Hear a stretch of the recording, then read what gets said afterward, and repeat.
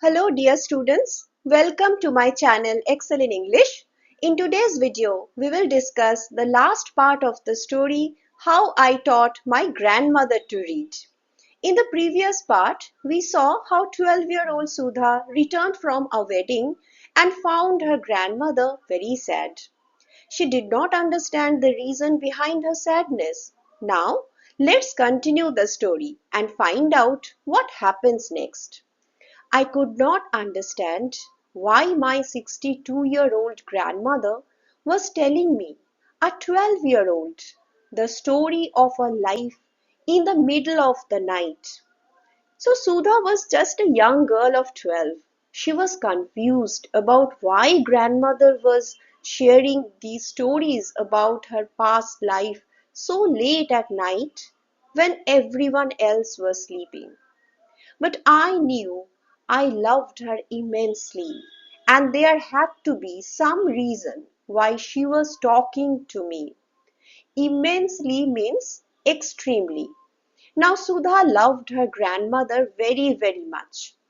So she understood there must be an important reason for this conversation. I looked at her face. It was unhappy and her eyes were filled with tears. The grandmother's unhappy face and teary eyes showed all her pain and emotions. She was a good-looking lady who was usually always smiling. Even today, I cannot forget the worried expression on her face. So her grandmother was a beautiful woman who was normally cheerful, someone who smiled most of the time. But that night, she looked so troubled that even many years later, Sudha still remembers how worried she looked that night. I leaned forward and held her hand. Through this gesture, she showed her love, care, and support for her grandmother. Avva, don't cry. What is the matter? Can I help you in any way? Young Sudha kindly offers to help her grandmother in any way she can. Yes, I need your help. You know, when you were away, Karmavira came as usual. Here grandmother explains that while Sudha was away at the wedding, the weekly magazine Karmavira, it arrived. I opened the magazine. I saw the picture that accompanies the story of Kashi Yatre, and I could not understand anything that was written. So even though she saw the picture that accompanies, means that comes along with the story of Kashi Yatre, she could not understand what was written there because she could not read. Many times I rubbed my hands over the pages, wishing they could understand what was written. Now this is very sad. She kept touching the paper, hoping that her hands could somehow feel the meaning of the words. But I knew it was not possible, if only I was educated enough. So she realized then how much she missed by not going to school when she was young. I waited eagerly for you to return. I felt you would come early and read for me. I even thought of going to the village and asking you to read for me. I could have asked somebody in this village, but I was too embarrassed to do so. So she waited eagerly, means with a lot of excitement and hope for her granddaughter to come back. But she didn't ask her neighbors for help because she felt embarrassed, that is, very ashamed or shy that she couldn't read at her age. I felt very dependent and helpless. She felt dependent, meaning she had to rely on others, and helpless, meaning she could not do anything on her own. We are well off, but what use is money when I cannot be independent? She realized that even though her family was well off, means they were rich, they had enough money, but this money cannot buy the freedom that comes from being able to read by yourself.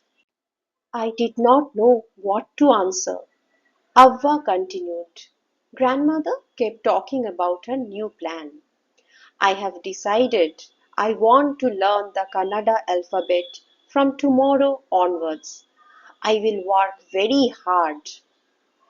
So she makes a firm decision and she shows her strong determination by saying that she will put in full effort to learn. I will keep Saraswati Puja Day during Dasara as the deadline. Deadline means a specific time or date by which a task must be finished. So Avva here sets a goal for herself to finish learning the alphabets by the festival of Dasara. Now, you all must know that Dasara or Dashera, as we call it in some places, is a major Indian festival that celebrates the victory of good over evil.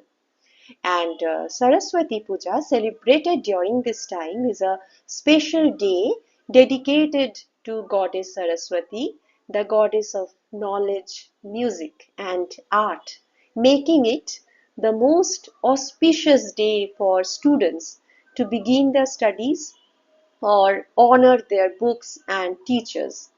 Now, by choosing this particular date, this grandmother shows her how sacred her dream of reading really is. That day, I should be able to read a novel on my own. I want to be independent. So, she doesn't want to rely on others anymore for just reading books. I saw the determination on her face, yet I laughed at her. Determination means a strong feeling that you are going to do something and that no one can stop you. Sudha laughs here. She does not take her grandmother seriously. Avva, at this age of 62, you want to learn the alphabet. It's usually hard to imagine someone so old starting to learn like a little child again. All your hair is grey, your hands are wrinkled, you wear spectacles, and you work so much in the kitchen. Childishly, I made fun of the old lady. So she teases her grandmother about her age, reminds her of her burden of those immense household works, all the obstacles that are there in the way of learning, and her grandmother's reaction to that.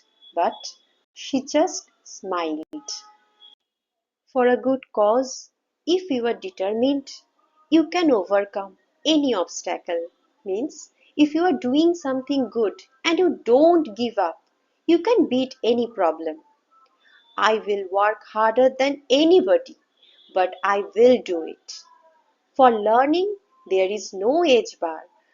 She really gives a very important message here that there is no age bar, meaning no age limit for learning. You are never too old to learn something new. The next day onwards, I started my tuition. Tuition, you all must know, means teaching or giving private lessons. Avva was a wonderful student. The amount of homework she did was amazing. Her grandmother turned out to be an excellent learner who worked very hard and completed a lot of practice work which surprised Sudha. She would read, repeat, write, and recite. So she would follow all the steps of learning very carefully.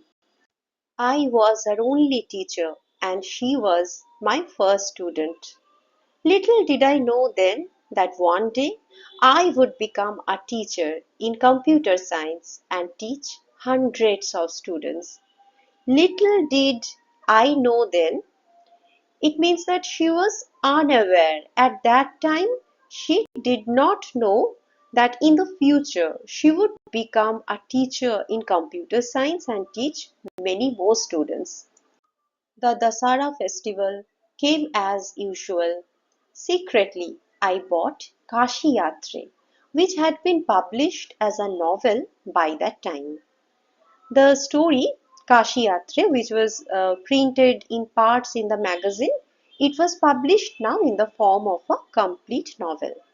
My grandmother called me to the puja place and made me sit down on a stool. Puja place generally refers to the prayer room or that area of the house where the idols of gods are kept, puja is offered, and prayers are done. That is a holy and sacred place of the home. She gave me a gift of rock material. Then she did something unusual.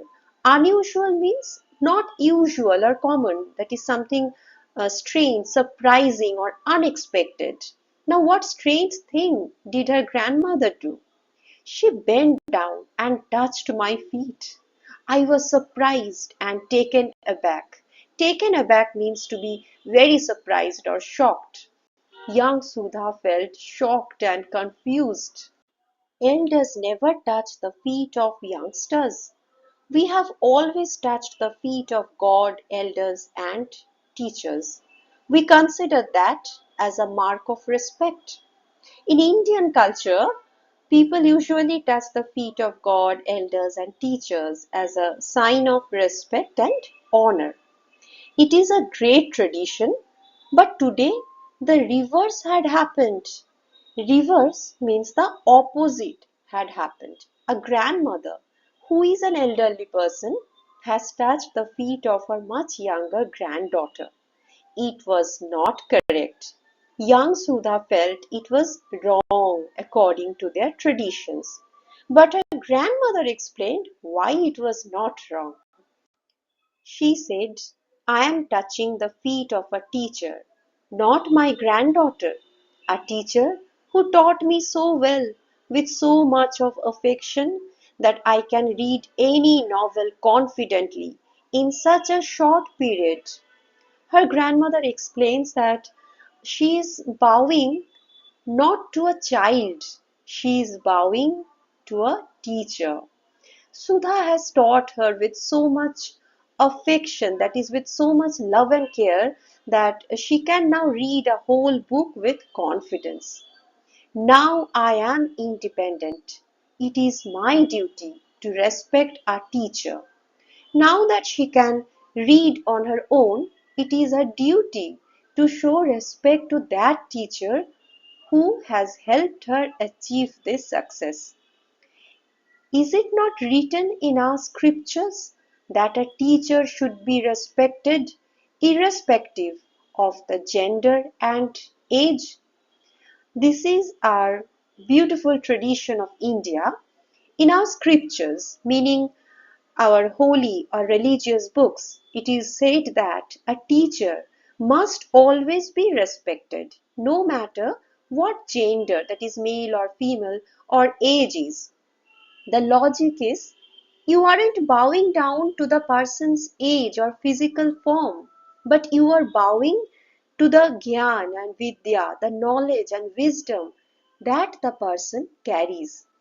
Because knowledge is considered sacred, the person delivering it, the teacher, transcends, that is, he or she is beyond the social hierarchies like gender, age, or seniority.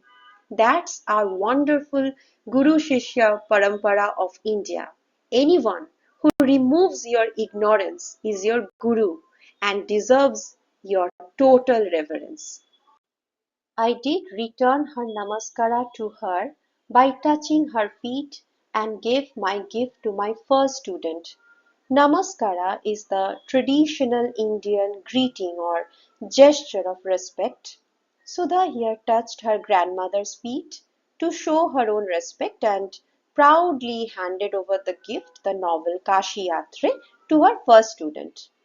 She opened it and read immediately the title Kashi Yatre by Triveni and the publisher's name.